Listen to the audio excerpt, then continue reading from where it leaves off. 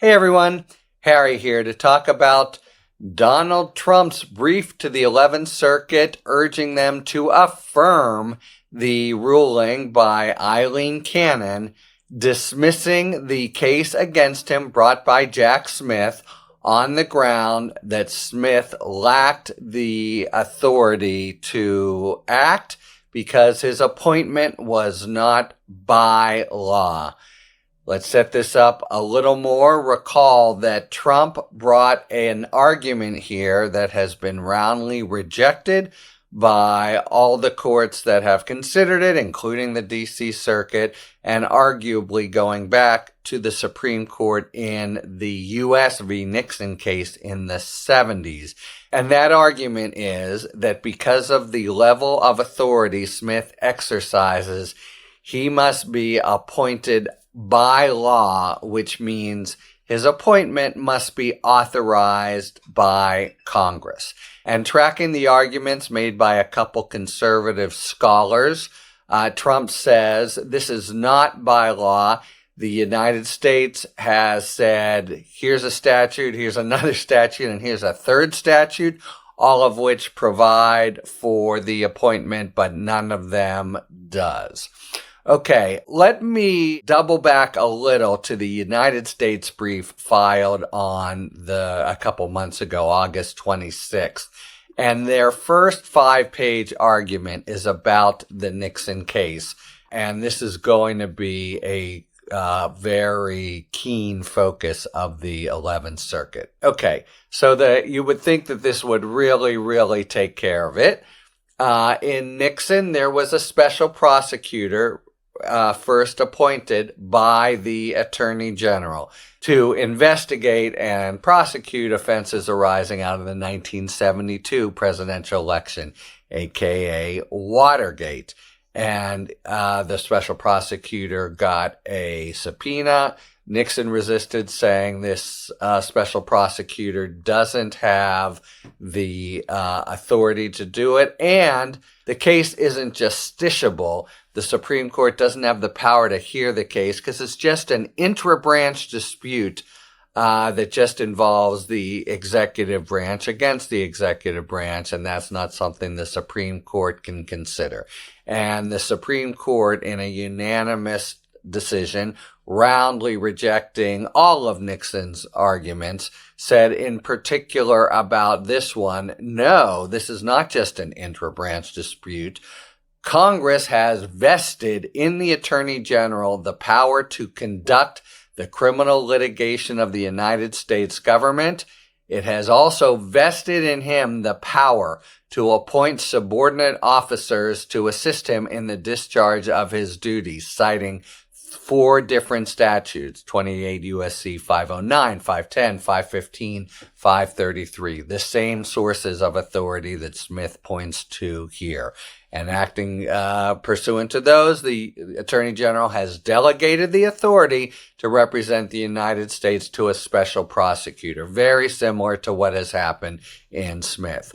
All right, so let me now go to how Trump tries to deal with it.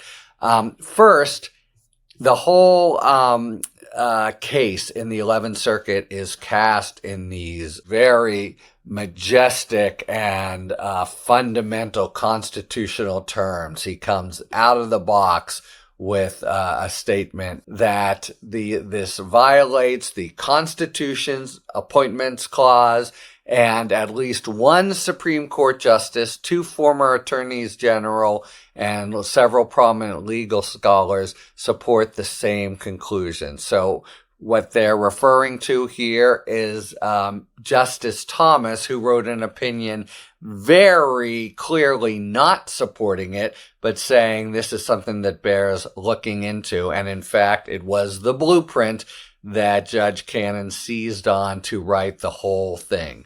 But they then talk about this, the deep evil that the Smith appointment causes, and how this is a absolute bedrock, serious separation of powers problem.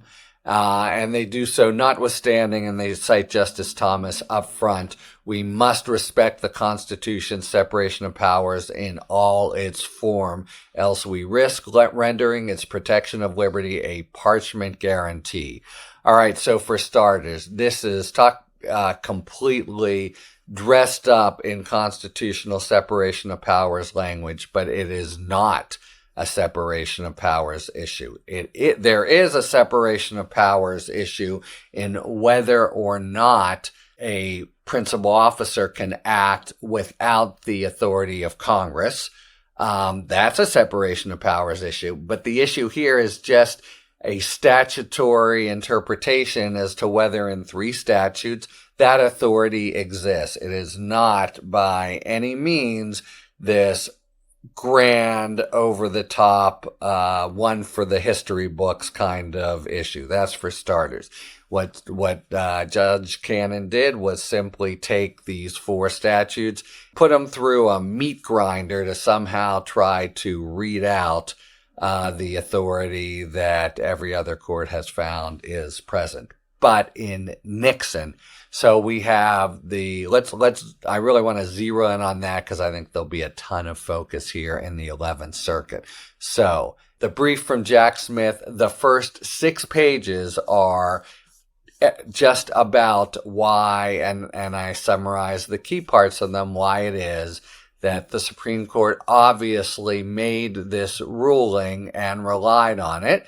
So it's so express and it's down the middle. What can Trump try to do with it? Well, exactly what Judge Cannon did. That is, marches through these really tendentious arguments as to each of the statutory bases for Smith's authority. And then on page 52, we first encountered the argument the Nixon dictum is not controlling or persuasive. So the argument that you're going to see really, I think, central in the 11th Circuit appeal is the notion about what is dictum and what is holding. So that's a bit of a subjective inquiry and a bit of a legally arcane one, but the basic idea is when Nixon says there's this authority, and it's that authority that Merrick Garland relies on in several different statutes to appoint Jack Smith as special counsel, was that statement of authority by the Supreme Court just, dictum, a stray statement that didn't have anything to do with the holding and can be disregarded? And I've read you why the special counsel says otherwise, and it seems a very strong argument. You just can't get to the court's discussion of the non-justiciability argument without finding that this is authority granted by Congress. Otherwise, the special counsel there in the Watergate case couldn't have done what the special counsel did. So here we have on page 52 the sort of bluster from Trump to try to just diminish this. It says, first, Nixon contains only a passing reference that is even arguably relevant to this case, citing again the good Justice Thomas, who gave the blueprint to Judge Cannon. And the argument is that the Nixon court presupposed the validity of the statutory authorization for the regulation. Well, no, we read it out. That's not presupposing, that is stating. So it's a very tendentious reading. Trump tries to rely on a couple sentences discussing the Nixon statement in in lower court cases, but really the overall argument here is just basically what the lawyers would call ipsa dixit, or basically just pulled out of thin air. They say it, and they say it again and again, but there's really nothing cogent. They say that the actual analysis focused on the broad delegation of authority in the regulation. All this is true, but just doesn't really speak to what the place of the statement, the all-important statement in Nixon, was doing, and whether or not it's part of the chain of reasoning that the court actually relied on. So the case is now served up in the 11th Circuit. It won't be decided before the election. Ought to be a couple months after. I believe that the 11th Circuit will likely reverse Judge Cannon. You can only imagine the different world we could be in if Trump wins and Cannon on the short list for Attorney General, and would that in some way change the sort of atmospherics of the case? That's a way of considering whether the erosion of the rule of law would start immediately after the election, even before the inauguration. But the most likely legal conclusion here is to reverse based on Nixon and the authority granted in these various statutes. Assuming they do reverse, the big question will be, do they order the recusal of Judge Cannon? And as a reminder, the DOJ didn't push for it. There was a lot of eyebrows raised then. Why not? Why did they stay their hand? How more unlikely does it make it that the 11th Circuit would pull the trigger on this? Because people assume, on good evidence at this point, that as long as Eileen Cannon has the case, there won't be a Trump argument that she won't love and a DOJ argument she won't hate. But that's down the line if and when the Court of Appeals reverses.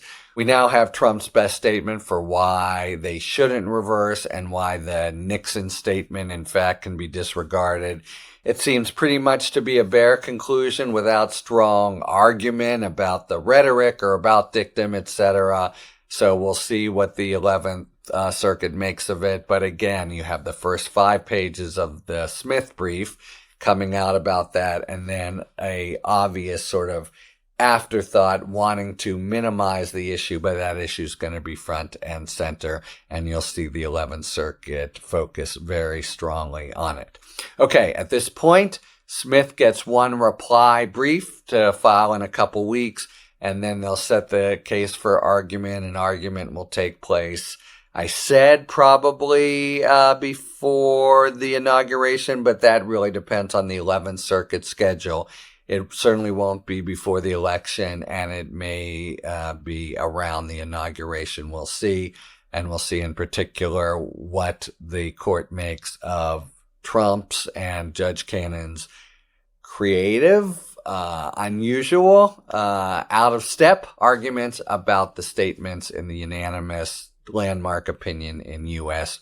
versus Nixon in the Supreme Court in the 70s growing out of Watergate. That statement, unless they can somehow dismiss it as dictum, has to mean that Cannon was wrong and that the dismissal should be reversed. Talk to you later. Thanks for tuning in. If you enjoyed this video and other Talking Feds content, please take a second to like and subscribe. Talk to you later.